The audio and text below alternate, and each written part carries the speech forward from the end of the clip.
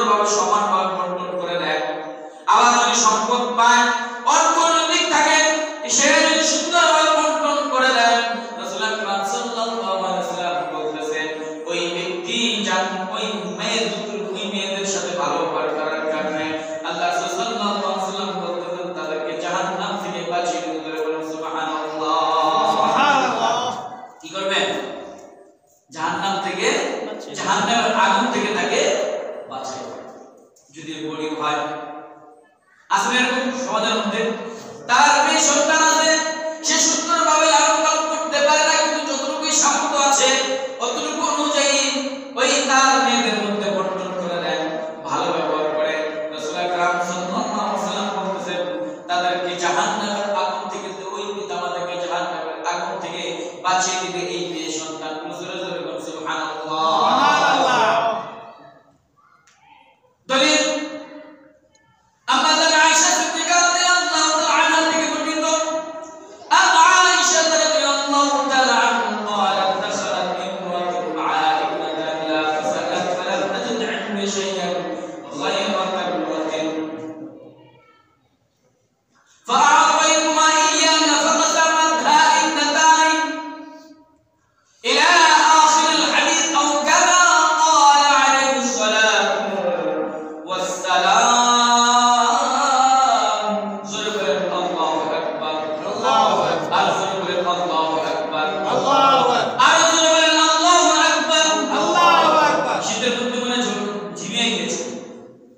শীতের ঠান্ডা ধীরে ধীরে পড়া শুরু হয়েছে, জিমে গেল মুসলমানদের ঈমান থাকবে তাজা, আর ঈমানের বলে বলিয়ান হয়ে সে সামনে যত করে বিপদ আসুক না কেন বিপদ থেকে উদ্ধার পেয়ে আল্লাহ রাব্বুল আলামিনের হুকুমকে পালন করার জন্য সদা সর্বদা প্রস্তুত থাকবে। ঠিক কি না?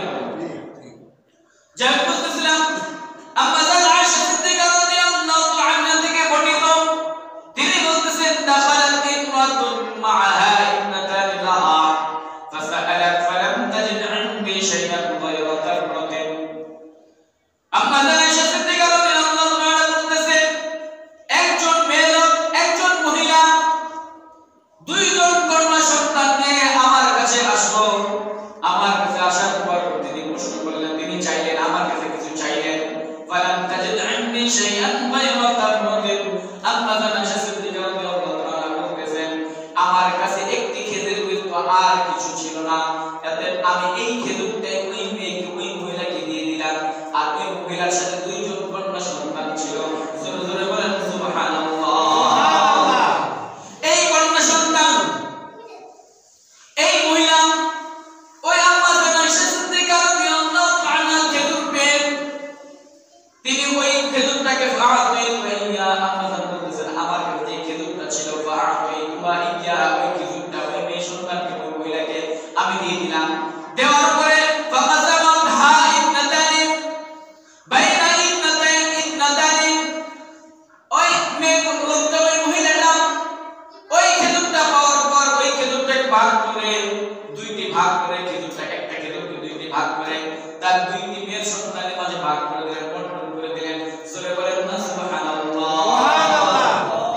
শুধু তাই নয়, ওয়ালাম তাকুল মিন্না সুম্মা قامت فخرجت فدخل النبي صلى الله عليه وسلم فأخبرته فقال النبي صلى الله عليه وسلم من ابتلي هذه البنات كن سترا من النار.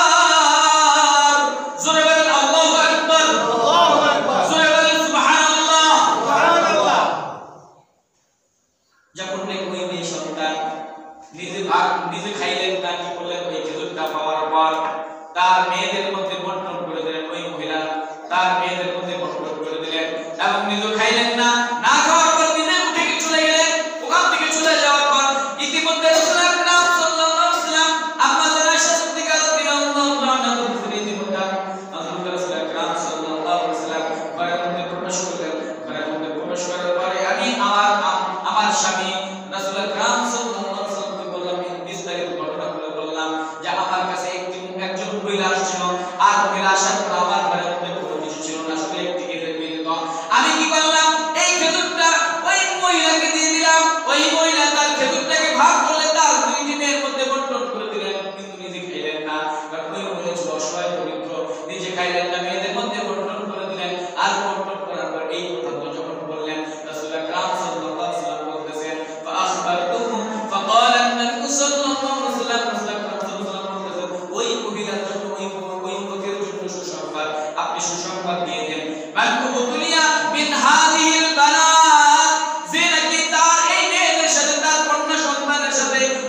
ব্যবহার করলো আপনি ঘোষণা করে দিন নাসিতুরাম মিনান নার জোরে বলে সুবহানাল্লাহ আর জোরে বলে সুবহানাল্লাহ কিছু সংবাদ যেই ব্যক্তি অসহায় ছিল দরিদ্র ছিল কিন্তু অসহায় থাকা অবস্থাও যতটুকু তার কাছে খাদ্য ছিল খাবার ছিল ওই খাবারটাকে সুন্দরভাবে সমানভাবে ভাগ করে তার দুইটি মেয়েদের মাঝে সমানভাবে ভাগ করে বন্টন করে দিয়েছেন আর এই বন্টন করার কারণে আল্লাহ সাল্লাল্লাহু আলাইহি ওয়াসাল্লাম বলেছেন কুন্নাসুতুরাম মিনান নার এই সুন্দরভাবে বন্টন করার কারণে এই এই দুইটি কন্যা সন্তান তাকে জাহান্নামের আগুন থেকে বাঁচিয়ে দিবে জোরে জোরে বলেন সুবহানাল্লাহ তাহলে শর্ত হলো আপনি অসহায় থাকেন কিন্তু আপনার কাছে যতটুকু খাদ্য আছে মওজুদ আছে বন্টন করে দিতে হবে সমানভাবে বন্টন করতে হবে আপনাকে কি করছেন একটা মেয়ে আপনার একটু সবল আছে ধনাত্ম আছে আরেকটা মেয়ের পরিবার যেই স্বামীর কাছে দিয়ে যেই ছেলের কাছে দিয়েছেন সেই জামাই একটু অসহায় দরিদ্র তার অর্থনৈতিক অবস্থা ভালো না আপনি কি করলেন যার সবল ছিল যার অর্থনৈতিক অবস্থা ভালো তাকে কি করলেন আপনার 100 টাকার জায়গায় তাকে 90 টাকা দিয়ে দিলেন আর যে অসহায় দরিদ্র তাকে কি করলেন 10 টাকা দিলেন এটা কি সমান ভাগ হলো না এটা কি সমান ভাগ হলো সমান ভাগ হলো কি যে সবল যে ধনাত্ম তাকেও 50 টাকা দিতে হবে আর যে অসহায় দরিদ্র তার অর্থনৈতিক অবস্থা ভালো না সচ্ছল না দেখতে শুনতে মানুষের সামনে গেলে মানুষের সামনে আপনি উপস্থাপন করতে পারেন না তার পোশাক পরিচ্ছদ ভালো না আপনি তাকেও কিনতে হবে ওই ব্যক্তি ওই মেয়েটাকে যেরকম ধনাত্ম মেয়েটাকে যেমন 50 টাকা দিয়েছে আপনার অসহায় মেয়েটাকেও 50 টাকা দিতে হবে আর